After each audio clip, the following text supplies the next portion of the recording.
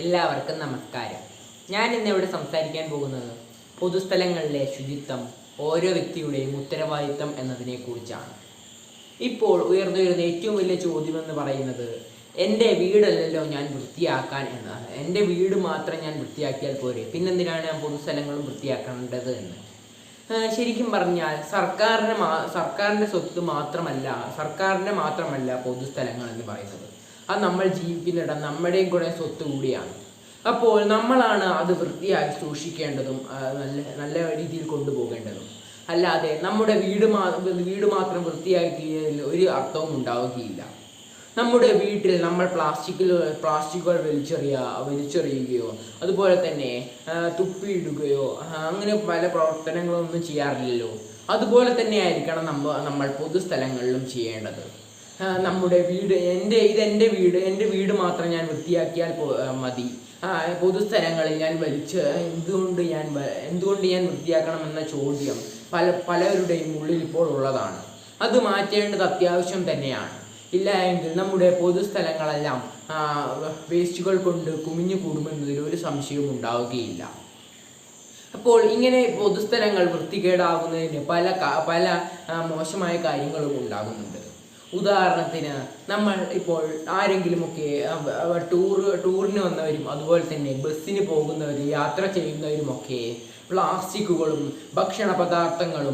ഭക്ഷണപ്പൊതികളും ഒക്കെ വലിച്ചെറിയുന്നത് നമ്മൾ എല്ലായിടങ്ങളിലും കാണാറുള്ളത് തന്നെയാണ്. പക്ഷേങ്കിൽ അങ്ങനെ വലിച്ചെറിയുമ്പോൾ കനാലുകളിൽ ഒക്കെ അത് പ്ലാസ്റ്റിക്കുകളും ഒക്കെ കെട്ടിക്കിടന്ന് അവിടെ വെള്ളം കെട്ടിക്കിടക്കാൻ സാധ്യതയാകുന്നു. അതൊരു ബ്ലോക്ക് ഉണ്ടാക്കാൻ പ്ലാസ്റ്റിക്കുകളും കാരണമായി തീരുന്നു. അപ്പോൾ അങ്ങനെ വെള്ളം കെട്ടിക്കിടക്കുകയാണെങ്കിൽ മഴക്കാലത്ത് അവിടെ കൊതുകുകൾ മുട്ടയിടുകയും അങ്ങനെ കൊതുകുകൾ വളർന്ന് അവിടെ കൊതുകുകളിൽ നിന്ന് ഡെങ്കിപ്പനി പോലുള്ള രോഗങ്ങൾ വളരാൻ കാരണമായി തീരുന്നു. അപ്പോൾ ഇത് ഏറ്റവും വലിയ നമുക്ക് രോഗമുണ്ടാക്കാൻ ഇത് പൊതുസ്ഥലങ്ങൾ വൃത്തികേടാക്കുക മാത്രമല്ല ചെയ്യുന്നത്, നമ്മൾ മനുഷ്യർക്കും പ്രകൃതിക്കും ഉപദ്രവം മാത്രമാണ് നമ്മളിങ്ങനെ വലിച്ചെറിയുകയാണെങ്കിൽ ചെയ്യുന്നത്. നമുക്ക് പല രോഗങ്ങളും പിടിപെടാൻ സാധ്യതയാകുന്നു.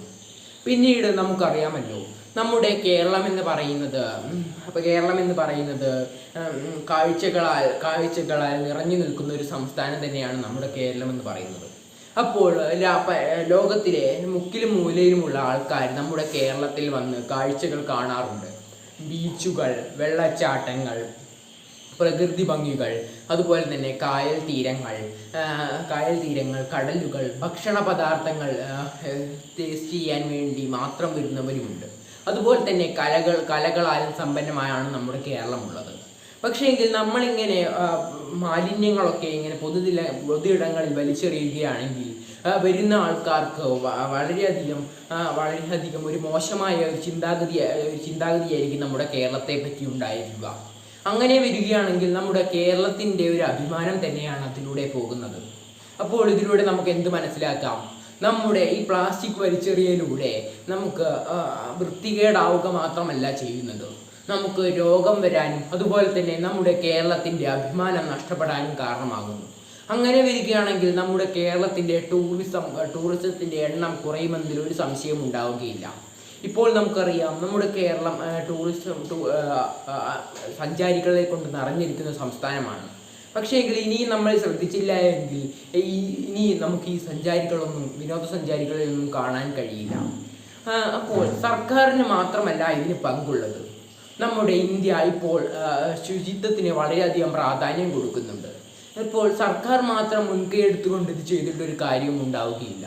നമ്മളെല്ലാവരും ഇതിനു വേണ്ടി പ്രവർത്തിക്കണം എന്നതാണ് എനിക്ക് പറയാനുള്ളത്. അപ്പോൾ നമുക്ക് എങ്ങനെയൊക്കെ പ്രവർത്തിക്കാമെന്ന് നോക്കാം. ഒന്നാമതായി, നമ്മൾ പ്ലാസ്റ്റിക്കുകളും ഭക്ഷണ പദാർത്ഥങ്ങളും ഒന്നും ഒരിക്കലും അലക്ഷ്യമായി വലിച്ചെറിയാൻ പാടില്ല.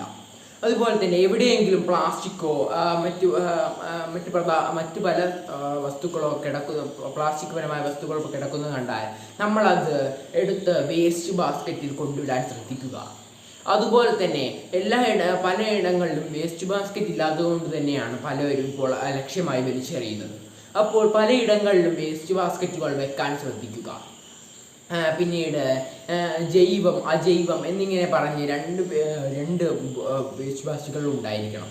നമ്മൾ മരങ്ങൾ നട്ടുപിടിപ്പിക്കുകയും ചെയ്യണം. അതുപോലെ തന്നെ ആരെങ്കിലും അറിവില്ലാതെ പ്ലാസ്റ്റിക്കുകളും ഒക്കെ വലിച്ചെറിയുന്നത് കണ്ടാൽ, അതുപോലെ തന്നെ മറ്റ് ഭക്ഷണ വസ്തുക്കളും ഒക്കെ വലിച്ചെറിയുന്നത് കണ്ടാൽ അവരെ പറഞ്ഞു മനസ്സിലാക്കണം. ഇങ്ങനെ ചെയ്താൽ നമുക്ക് തന്നെയാണ് ഇതിൻ്റെ പ്രശ്നമുണ്ടാവുക. അതിൻ്റെ ഭവിഷ്യത്തുകളൊക്കെ അവരിൽ പറഞ്ഞു മനസ്സിലാക്കണം. അപ്പോൾ ഇനി അങ്ങനെ അവർ ചെയ്യുകയില്ല. പിന്നെ അവർ വേറെ ആരെങ്കിലും ചെയ്യുന്ന കണ്ടാൽ അവരും അവരോട് പറഞ്ഞു കൊടുക്കും. അപ്പോൾ ഈ കാര്യങ്ങളൊക്കെ നമ്മൾ ശ്രദ്ധിക്കേണ്ട ഒരു കാര്യം തന്നെയാണ്.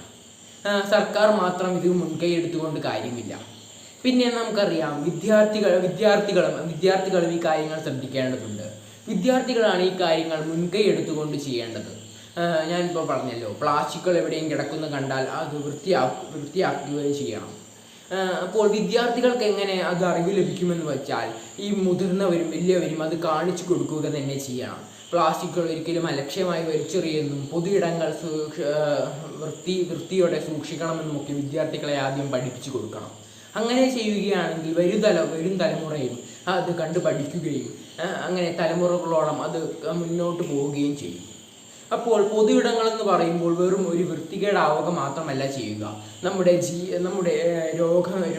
രോഗത്തിനും അതുപോലെ തന്നെ വിനോദസഞ്ചാരികളിലും ഒക്കെ വളരെയധികം പങ്കുവഹിക്കുന്ന ഒരു കാര്യം തന്നെയാണിത്. ഇത്രയും പറഞ്ഞുകൊണ്ട് ഞാൻ എൻ്റെ പ്രസംഗം നിർത്തുന്നു. നന്ദി.